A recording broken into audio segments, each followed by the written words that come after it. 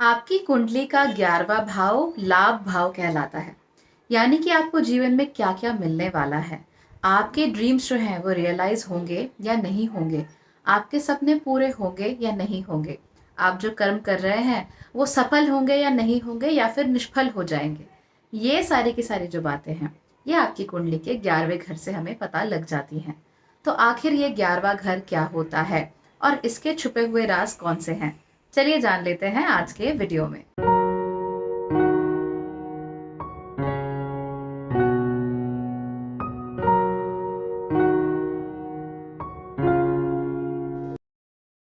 नमस्ते। Bhagyashree holistic astrology में आप लोगों का एक बार फिर से स्वागत है। यहाँ पर हम बात करते हैं पॉजिटिव एस्ट्रोलॉजी की, इंस्पायरिंग एस्ट्रोलॉजी की और साथ ही साथ होलिस्टिक एस्ट्रोलॉजी की भी। यानी कि एक ऐसा ज्योतिष जो कि आपके पॉजिटिव पॉइंट्स को मैक्सिमाइज कर सकता है और आपके नेगेटिव पॉइंट्स को मिनिमाइज करने में भी आपकी मदद कर सकता है। इस चैनल पर हम कई सारी अलग अलग चीज़ों के बारे में बात करते हैं, जिसमें से मेरी फेवरेट है माइंड बॉडी पर्सनालिटी टाइप्स की सीरीज। आप अपने लग्न के बारे में और अपनी चंद्र राशि के बारे में जो भी जानना चाहते हैं वो आपको मेरी माइंड बॉडी पर्सनालिटी टाइप्स की सीरीज में मिल जाएगा। इसीलिए इसे देखना बिल्कुल भी मत भूलिए। इसके साथ ही अगर आप अपने सूर्य की राशि के बारे में जानना चाहते हैं तो सोल पर्सनालिटी टाइप्स की सीरीज देखिए। नक्षत्रों की सीरीज भी है देखने के लिए। इसके अलावा प्लैनेट्स की सीरीज भी है। और हाँ, हाउसेस की सीरीज तो हम चला ही रहे हैं, जिसका सेकंड लास्ट वीडियो आज है, जिसमें हम बात करने वाले हैं आपके कुंडली के 11वें भाव की। आपकी कुंडली का 11वां भाव आखिर होता क्या है और उससे हमें आपके बारे में क्या क्या पता चलता है। दरअसल आपकी कुंडली के 11वें भाव को लाभ भाव भी कहते हैं। यानी कि ऐसा घर जो दिखाता है कि आपको गेन्स कौन कौन से होने वाले हैं। अब ज्यादातर लोग ये सोचते हैं कि 11वें भाव का मतलब ये होता है कि आपके हाथ में पैसा आएगा या नहीं आएगा। और जब 11वें भाव में कोई घर ग्रह बैठा नहीं होता तो वो लोग बड़े ही इरिटेट हो जाते हैं, परेशान हो जाते हैं। उन्हें लगता है कि भाई 11वां भाव खाली है तो हमें जीवन में अपने कुछ भी नहीं मिलने वाला है। ऐसा नहीं होता।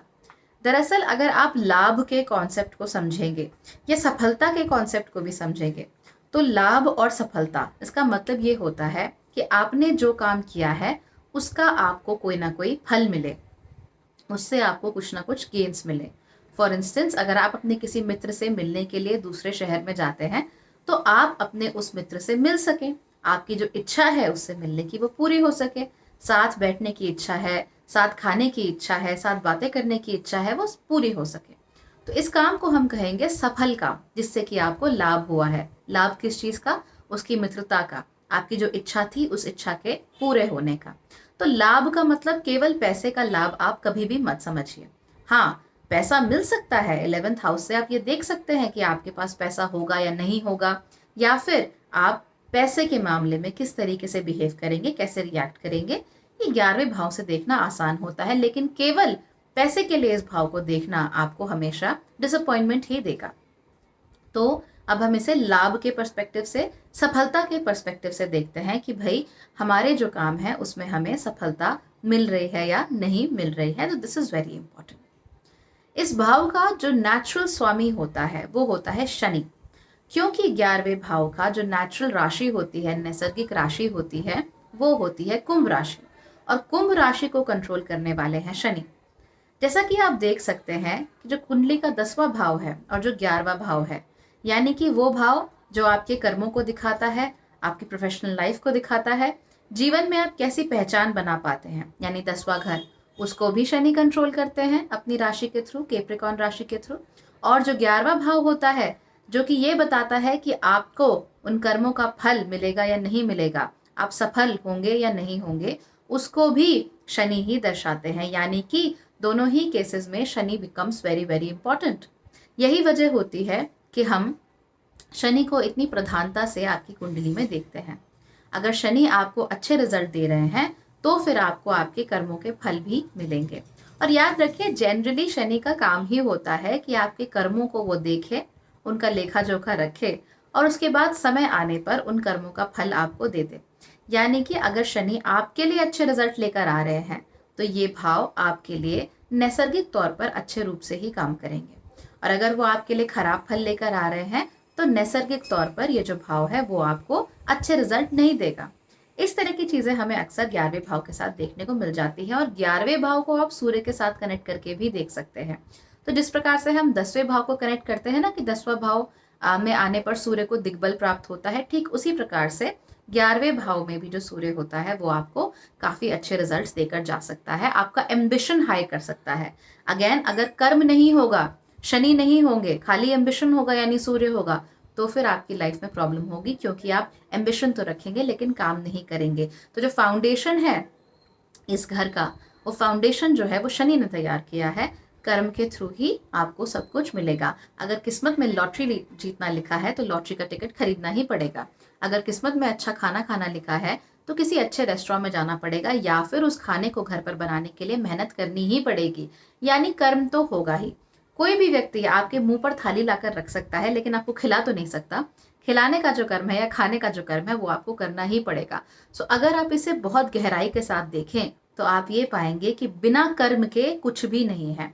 बिना कर्म के ना आपकी पहचान होगी, ना आपका प्रोफेशन होगा, और ना ही आपको जिंदगी में किसी चीज का फल मिलने वाला है।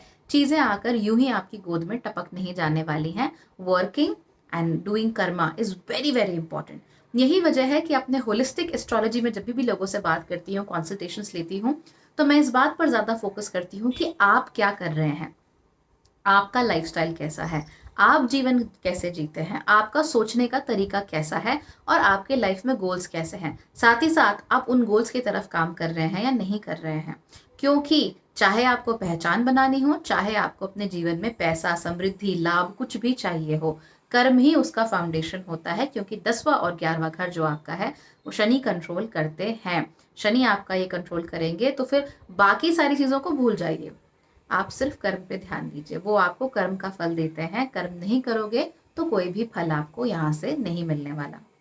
एक इंटरेस्टिंग चीज जो आपको 11वें भाव के बारे में याद रखनी चाहिए वो ये है कि अक्सर 11वें भाव में बैठे हुए जो प्लैनेट्स होते हैं वो बुरे रिजल्ट नहीं देते हैं। यानी कि पर्सनल एक्सपीरियंस से अगर मैं आपको बताऊं तो 11वें भाव में जो प्लैनेट्स बैठे हुए होते हैं वो जनरली शुभ रिजल्ट ही देते हैं। कई बार ऐसा भी होता है कि मर्करी है यहाँ पे, रेट्रोग्रेड भी है, कंबस्ट भी है, या डिबिलिटेटेड है, तो इश्यूज आते हैं उस मर्करी में। लेकिन कभी कभी वो आपको अच्छे रिजल्ट, जहां पर ज़रूरत होती है, अगर आप सलाह ले सकें किसी और व्यक्ति की, तो अच्छे रिजल्ट भी वो देकर जाता है। यानी कि 11वें घर के जो प्लैनेट्स होते हैं उन पर आप थोड़ा सा भी अगर काम करेंगे, थोड़ा सा भी उनको स्ट्रेंथन करने की कोशिश करेंगे, तो वो अच्छे फल देने की अपनी क्षमता जो है उसको बढ़ा देते हैं। क्योंकि एक्वेरियस राशि है, कुंभ राशि है। कुंभ राशि ह्यूमैनिटेरियन राशि है, प्लस एयर का जो हाईएस्ट फॉर्म है, वायु तत्व का जो हाईएस्ट फॉर्म है, वो आपको कुंभ राशि में देखने को मिलता है। यहाँ पर लगाए गए एफर्ट्स आपको निसंदेह बहुत ही अच्छा रिजल्ट देकर जाते हैं। लेकिन एक बात याद रखिए, क्योंकि अगेन फाउंडेशन एनर्जी जो है वो शनि की है, कुंभ राशि की है, इसीलिए गोल्स जितने सेल्फिश होंगे, कार्य जितने सेल्फिश होंगे, जितना आप सिर्फ और सिर्फ अपने बारे में सोचेंगे, उतना ही आपको परेशानी का सामना करना पड़ेगा। तो 11वें भाव को अगर आपको एक्टिवेट करना है तो अपना आउटलुक बढ़ा रखिए, एम्बिशन बढ़ा रखिए, और साथ साथ अपना कर्म भी बढ़ा रखिए। ऐसा करेंगे तो फिर आपको बहुत ही अच्छे रिजल्ट्स आपके 11वें घर से देखने को मिलेंगे। जैसा कि मैंने बताया, 11वें घर में बैठा हुआ कोई भी प्लैनेट आपको बहुत ही अच्छे रिजल्ट देने की क्षमता रखता है, गिवन अगर आप उस पर कोई काम करना चाहें तो इस चीज का आपको यहाँ पर ध्यान रखना। जैसा कि हम अभी डिस्कस कर ही रहे थे कि इसका जो नैसर्गिक राशि है इस भाव की, वो कुंभ राशि होती है। तो कुंभ राशि आखिर कैसी राशि है? कुंभ राशि जो होती है वो फिलोसॉफिकल होती है, प्रैक्टिकल होती है, लॉजिकल होती है, और ह्यूमैनिटेरियन काफी ज्यादा होती है। यानी अपने से ज्यादा वो दूसरों के बारे में सोचती है, अपने से ज्यादा वो दूसरों के लिए करती है। इस तरह की राशि कुंभ राशि होती है।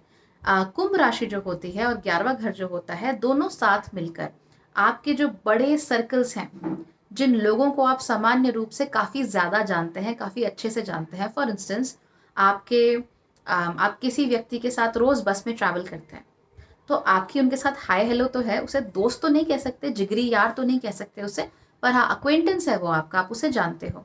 तो ये जो अक्वेंटेंसेस होते हैं, जिन लोगों से आपकी जान पहचान होती है, मिलना जुलना होता है, थोड़ा बहुत उठना बैठना होता है, not very close friends but then people you know, इस तरह के जो सर्कल्स होते हैं, इन्हें कुंभ राशि दिखाती है। इसलिए 11वें भाव को एक्टिवेट करने के लिए अगर कुंभ राशि शनि आपके लिए अच्छे रिजल्ट्स लेकर आ रहे हैं, तो फिर बहुत सारे अक्वेंटेंसेस होना, आपके लिए अच्छे रिजल्ट लेकर आता है। अब ये अक्वेंटेंसेस, ये जो जान पहचान है वो होगी या नहीं होगी, या फिर आप आइसोलेशन में रहेंगे, दुनिया से कट कर रहेंगे, दुनिया से दूर रहेंगे, ये भी आप 11वें घर के थ्रू पता कर सकते हैं। इसीलिए 11वें घर को केवल और केवल लाभ के तरीके से या पैसे के तरीके से नहीं देखना चाहिए, अक्वेंटेंसेस के तरीके से, नेटवर्क्स के तरीके से, सोशल सर्कल्स के तरीके से भी देखना चाहिए। क्योंकि हमारा जो कल्चर है या हमारी जो संस्कृति कह लीजिए जिस चीज़ को, वहाँ पे सोसाइटी और जिस सोसाइटी का आप हिस्सा हैं, जिन लोगों के साथ आपकी पहचान है, जिन लोगों के साथ आपकी आत्मीयता है, वो बड़ा मैटर करती है। और सफलता के लिए, सफलता को एंजॉय करने के लिए इन लोगों का साथ बहुत ज़रूरी है। That is the reason why सफलता और लाभ किसी भी तरीके से आपको मिल सकते हैं, आपको उस पर ध्यान देना चाहिए। 11वें घर आपको कैसा रिजल्ट देगा, इसके लिए शनि की स्थिति को समझना आपके लिए बहुत ज़रूरी हो जाता है। वाई? बिकॉज अगेन 10वें और 11वें भाव को नेचुरल रूप से शनि ही कंट्रोल करते हैं। तो शनि की स्थिति को आपके लिए समझना बहुत ज़रूरी हो जाता है। इसके बाद 11वें घर को पढ़ने के लिए आपको क्या करना है कि कुंडली का 11वां घर देखिए। अब वहां पर डिटरमिन कीजिए कि 11वें घर में नंबर कौन सा लिखा हुआ है। अगर 1 नंबर लिखा होगा तो 11वें घर में मेष राशि होगी। अगर 2 नंबर लिखा होगा तो 11वें घर में टॉरस यानी कि वृषभ राशि होगी। 3 नंबर लिखा होगा तो जेमिनाई यानी कि मिथुन राशि होगी, and so on and so fourth. इस तरीके से काम होता है। वो हमने पिछले जो हमारे वीडियोस थे उसमें भी जाना कि जो नंबर होता है वो नंबर ऑफ राशि होता है। यानी छठा अगर नंबर लिखा होगा, 6 नंबर होगा तो कन्या राशि होगी। इस तरीके से काम होता है। तो सबसे पहले डिटरमिन कीजिए कि वहां पर राशि कौन सी है। जो राशि होगी वो आपको ये बता देगी कि जो इन्वायरमेंट है जिसमें आप सफल हो सकते हैं, वो इन्वायरमेंट भला कौन सा है। मान लीजिए यहाँ कुंभ राशि है तो दूसरों की मदद करके बड़े स्केल पर, मास स्केल पर आपको बहुत मदद मिलेगी। मास स्केल पर लोगों से मिलकर आपको बहुत मदद मिलेगी। अगर यहाँ पर कन्या राशि है तो दूसरों को हील करके, दूसरों को सहारा देके, दूसरों को नरिशमेंट देके आपको बहुत मदद मिलेगी। अगर यहाँ पर कर्क राशि है तो अपने अंदर के जो टेंडर इमोशंस हैं वो लोगों के साथ, खासतौर पे जो आपके क्लोज लोग हैं उसके साथ शेयर करके आपको बहुत खुशी मिलेगी। अगर यहाँ पर टॉरस राशि है तो अपने घर के लिए, अपने घर वालों के लिए, अपना जो स्थान है आपका उसको आगे बढ़ाने के लिए अगर आप कुछ करेंगे तो फिर आपको बहुत सफलता मिलेगी। अगर यहीं पर आपकी कैप्रिकॉर्न यानी कि मकर राशि आ जाती है तो फिर किसी बड़ी ऑर्गेनाइजेशन में रहकर वहां काम करके मास स्केल पर लोगों से बात करके आपको सफलता मिल सकती है। तो जो फाउंडेशनल एनवायरनमेंट है आपकी कुंडली में वो ये राशि बना देती है।